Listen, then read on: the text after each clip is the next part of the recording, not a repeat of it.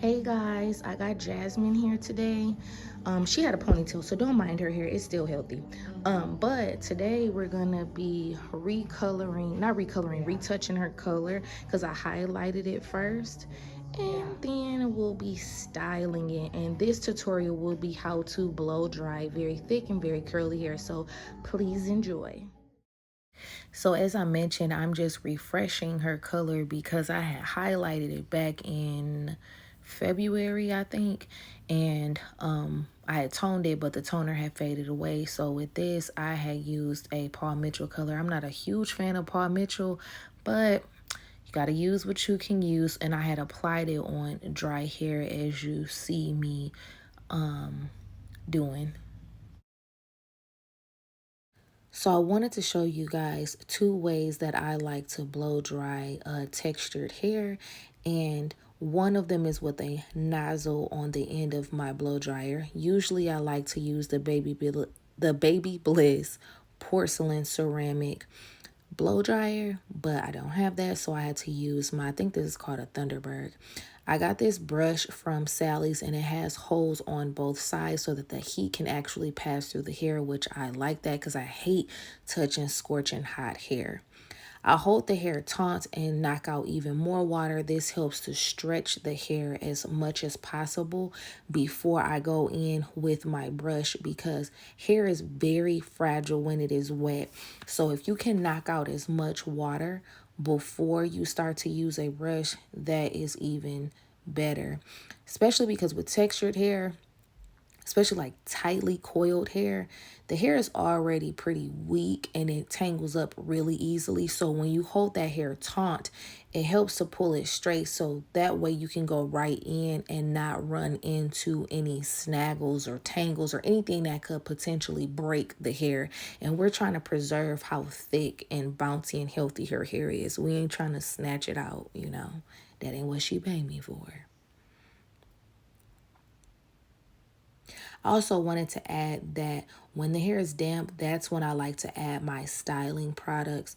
So for her, I used the Mazzani leave-in conditioner before I had pre-sectioned her. And I also used the Paul Mitchell Super Skinny on her.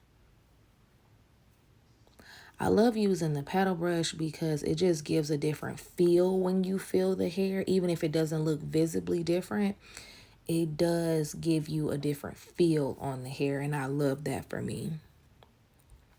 So on the other side, I use a rake and I still hold the hair taut by knocking out some water or to knock out some water before I use the pick.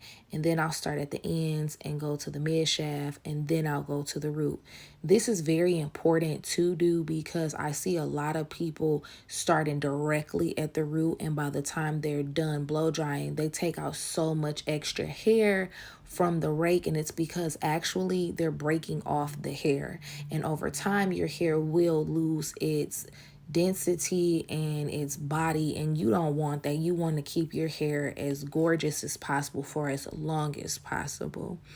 So I always tell people, make sure you start from the ends and then work your way up, and even detangle like I just did before, because you see like how curly her hair is. So it's just easier that way.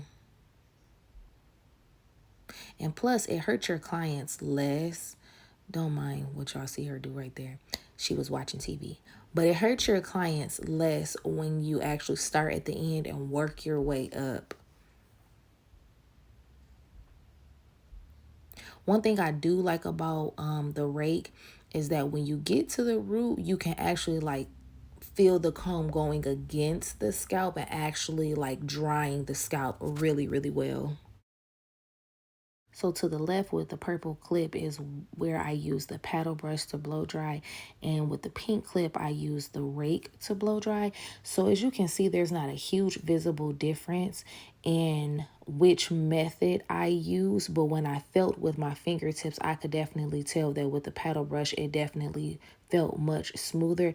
No method is the right or wrong method. It's just what you prefer and what makes it easier for you to get through your workday. Personally, I love using the paddle brush, but if I'm in a pinch, you know, I will use the rake.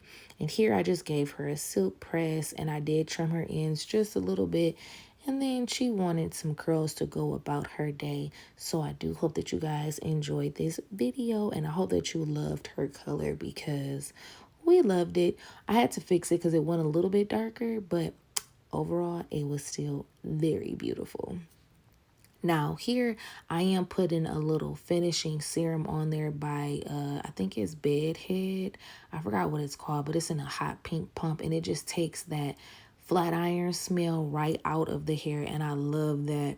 And I just kind of smooth it because it kind of takes away the flyaways and kind of seals her little ends. Not necessarily seal because you can't physically seal hair, but I just use it to kind of like take all those little flyaways out and give her hair a little bit of shine and a little bit of perfume. Hope you guys really do love this because she is like my favorite client. Really, because she lets me do what I want with her hair within reason. But her hair is so thick and it is so pretty.